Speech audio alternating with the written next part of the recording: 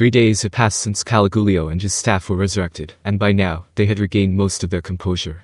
The shock of being brought back to life by a demon lord was hard to put into words, but somehow, they had managed to accept it as the truth. The question then became, what happens to us, going forward? For now, they were still living and sleeping in tents. Food was arranged for them, carried in regularly by monster skeletons, in fact, but nobody was complaining. These tents were lined up in a barren, hilly area with no real vegetation. The scenery was dreary, but it was neither too hot nor too cold, making it an oddly comfortable space. The death-laden atmosphere of the battlefield and the long rows of graves for the dead weren't any big deal once you got used to them. The people these graves belonged to were out walking and talking in skeleton form anyway, so it'd be silly to fear them. In short, it wasn't an arrangement to wail about at all. Besides, Adalmann was quite caring of them, treating Caligulio and the others pretty well by POW standards. My God, Sir Rimuru, has deemed fit to resurrect you all, and thus, I follow his divine will. He is not the type of person who would take away a life previously given. I will suggest you take your time to think about what you want your future to be like. Based on that philosophy, Adalmann had let Caligulio and his staff go free. But nobody was suggesting they break their way out of this level. Their lives were already in the hands of the gods, they realized, and so they decided to trust in the demon lord Rimuru. Caligulio agreed with this, and besides, he was confident any escape attempt would end in failure. That's why, taking Adalmann's words to heart, he decided to call his staff together for a meeting.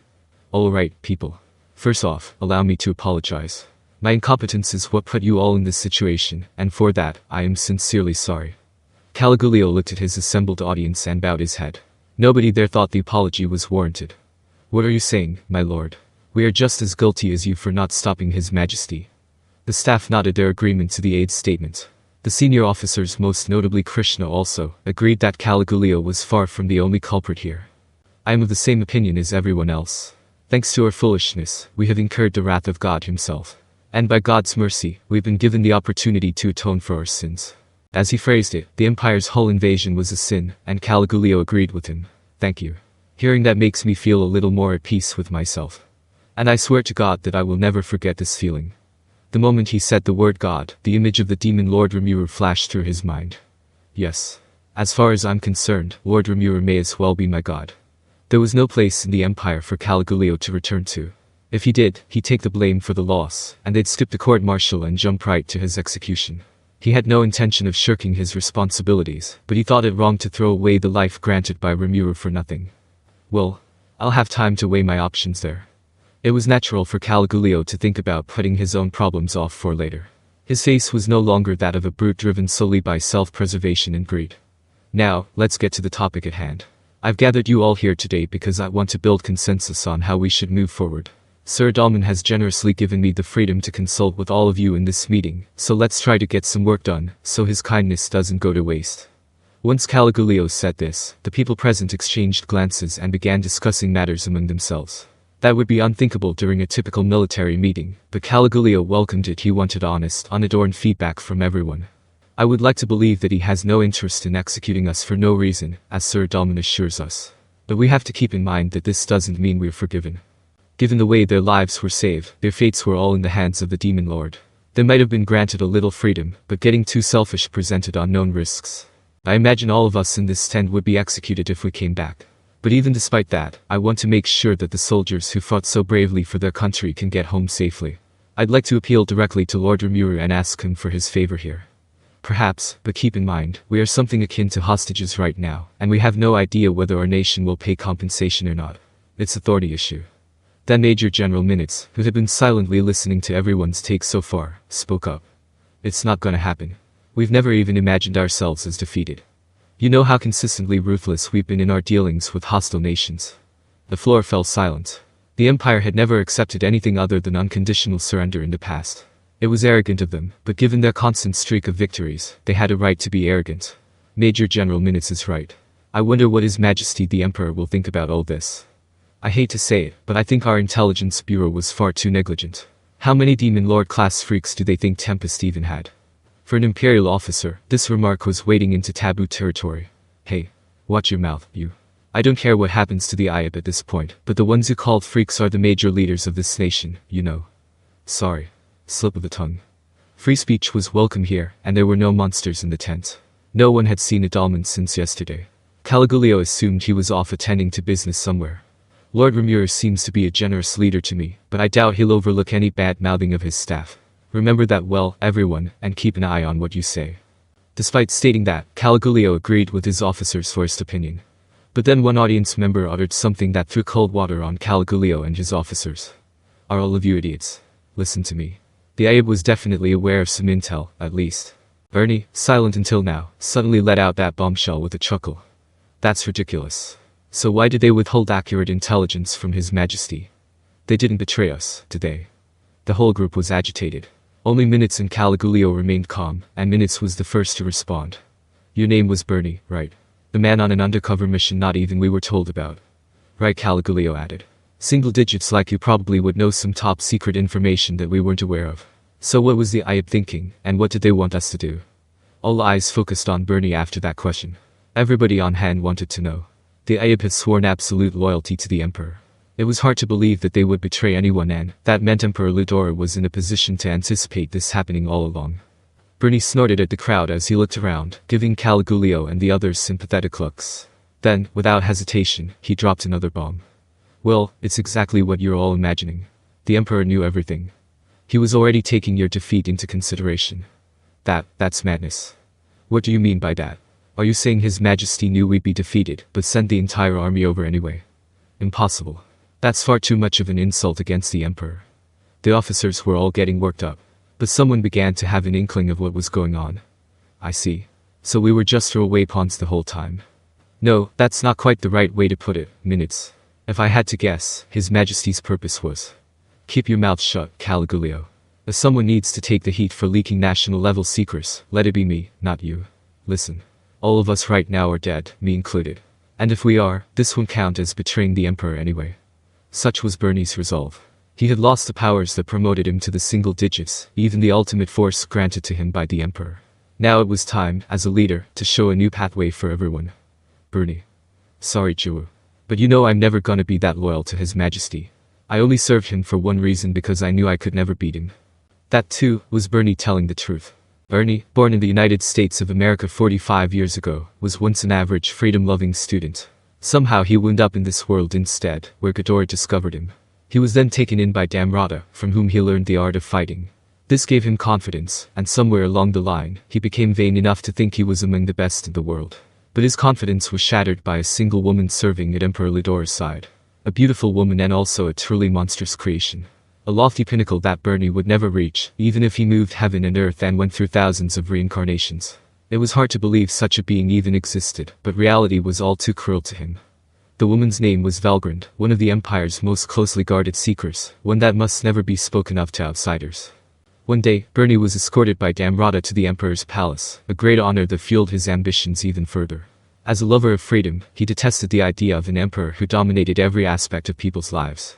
He dreamed, however foolishly, that he could overthrow the Emperor if he just had a chance. The price of that foolishness was paid in fear, for when Bernie met Valgrand for the first time that day, he was immediately seized by it, giving in wholeheartedly to it. As Bernie was gripped by this fear, Emperor Ludor addressed him from beyond the curtain. "You have the qualifications, the requirements to serve as a vessel. I will lend you my powers. Please keep up the good work." Ludor's voice sounded entirely free of emotion, as if it was echoing out from some faraway point. The next thing Bernie knew, he was in absolutely no position to defy the Emperor any longer. His Majesty doesn't care if 1,000,000 of his elites are wiped out. In fact, that's all part of a plan. That sentence, by itself, made little sense. But Caligulio knew what it meant. Oh. So he's willing to sacrifice 1,000,000 officers and enlisted men if it results in someone like me awakening. Hearing Caligulio give the correct answer after so little explanation surprised Bernie slightly. But hearing him say someone like me awakening made it clear how he knew. "Ah, so you're awakened, too?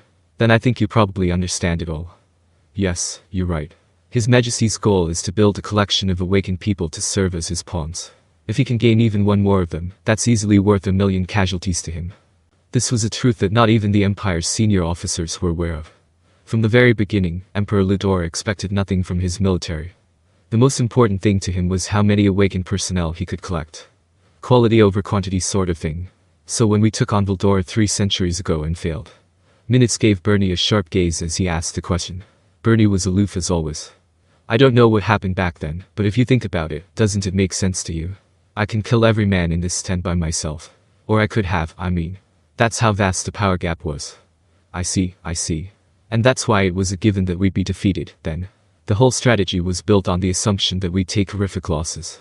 I'd like to call it a brilliant move on His Majesty's part, but this time, it was just a disaster. Exactly. I'm sure His Majesty didn't expect us to lose after your awakening. Minute sounded convinced of it, Caligulio bitterly listening on. Well, I'm sorry I wasn't good enough. He mumbled it out, his tone self-deriding, but Bernie denied it. It's alright. It's not that you weren't up to the challenge. We just matched up poorly against our opponents. Yeah. There was nothing we could do against that. Jewel nodded her agreement. She and Bernie had both lost to Diablo, the same demon who defeated Caligulio. If they couldn't beat a freak of nature like that, they assumed Caligulio couldn't, either. So you're saying Tempest's strength was beyond what the eye had projected? Looks that way, yeah. The plan was to use the demon Lord Rimuru as a stepping stone to gain more pawns for us, but we blew our chances because we misjudged our opponent's strength. Bernie couldn't help but laugh, as inappropriate as that was considering all the personnel lost. But he still wished he could rub this in the Emperor's face someday. Well, Bernie, you were trying to use us as a diversion, so you could stage your sneak attack, I suppose, but it failed. What are you gonna do now? Ha. I told you. I'll take the heat for it, okay? What do you mean? Minutes calmly asked. A few moments passed, everyone in the tent silently waiting for Bernie's answer. Let me get one thing straight with you folks first. Like I just said, you guys are all already dead. I don't mean that metaphorically. I mean you're dead as far as His Majesty is concerned. Is it trouble for him if we stay alive like this? That's not quite the way to put it. The Emperor has no use for soldiers who have been deprived of their powers and have zero chance of awakening. And if he has no use for you, then he has no reason to protect you, either. I suppose not, no. Think of it on that basis, and there's a real good chance they won't accept any prisoners if Tempest offers them. And not just that, if the surviving soldiers return home, it'll spread anti-war sentiment across the Empire. Do you think that's in line with His Majesty's will?